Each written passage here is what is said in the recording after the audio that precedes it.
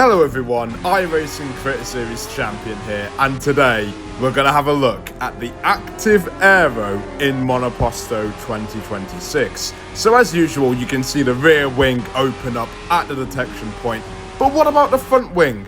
And what about the gap to the car in front?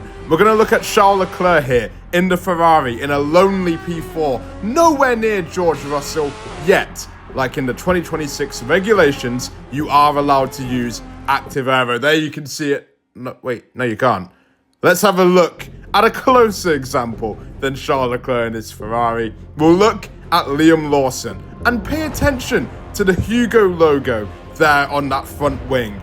Now we're going to have a look at the V-Carb again, and this time you cannot see the Hugo logo because the active aero is enabled on the front wing, and you can even see the animation there of the front wing flap opening up, allowing for better airflow.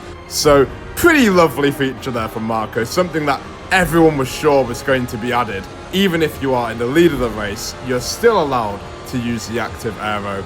But what will it do for racing in Monoposto? That we're going to find out.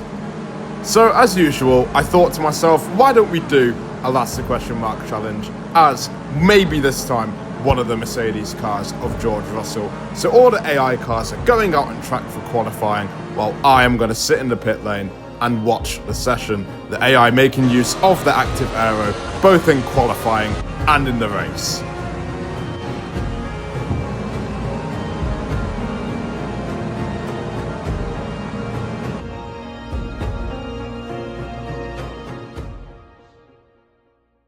So here we go, racing at Madrid. Gotta go down the inside of Franco Colapinto. He drags his... Oh, that's not gone very well. We're gonna try again here on Franco Colapinto on lap number 1. Albon is right behind me. We're gonna squeeze him out. Oh, he's put me in the wall and I've got damage on the front wing.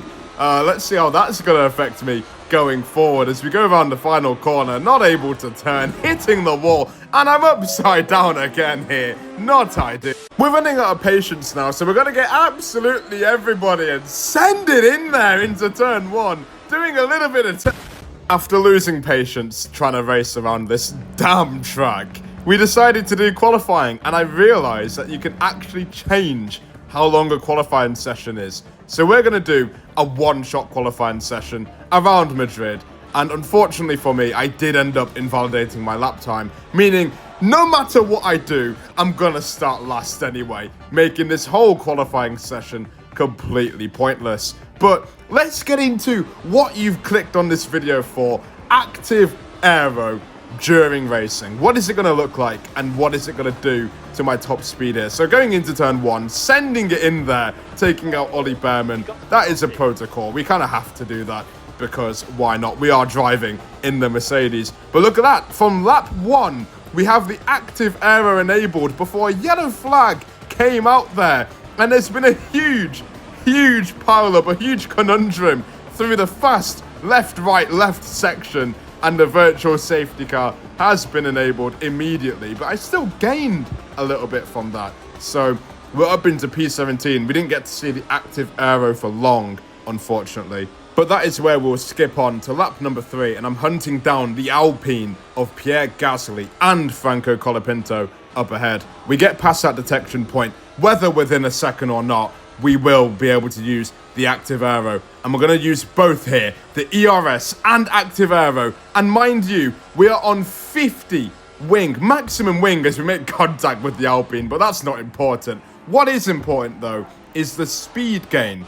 With 100% wing on the car, we're just about bordering 340 kilometers an hour, which is insane acceleration, which is something that is a trait of these new cars. So nice to really see it be a thing in this game. But another thing you're going to want to know is what will happen if you have damage on the front wing when active aero is a thing in Formula 1. Well, we're going to find out as we've been taken out by Antonelli. And that is another example of how poor for racing Madrid is. I really don't know why we're going here, but it is what it is. We're just doing our job here, going around the circuit, getting understeer with the front wing damage. But as you probably could have expected, with active aero being such a big deal, having damage on that front end means you're no longer allowed to use the front wing to help you with the active aero. So that is going to be a huge disadvantage if you get damage. But that is active aero in Monoposto 2026. Obviously, it is still pretty basic. We have no idea how it will really work in real life during racing. But I'm sure in time, there will be minor updates here and there that will just about bring us a lot more accuracy as time goes by. And we're going to have one more look at that front wing with the damage, in case you think that there's any animation. There isn't. The front wing is broken, meaning the whole system just goes kaput, and there's no way you can actually use that active aero anymore. But I hope you did enjoy this pretty brief video. Be sure to like and subscribe for more content. And if you're really enjoying these Monoposto 2026 videos, let me know what else I should do with this beta before the game fully releases. Thank you for all the support as always, and I will see you in the next video. Goodbye.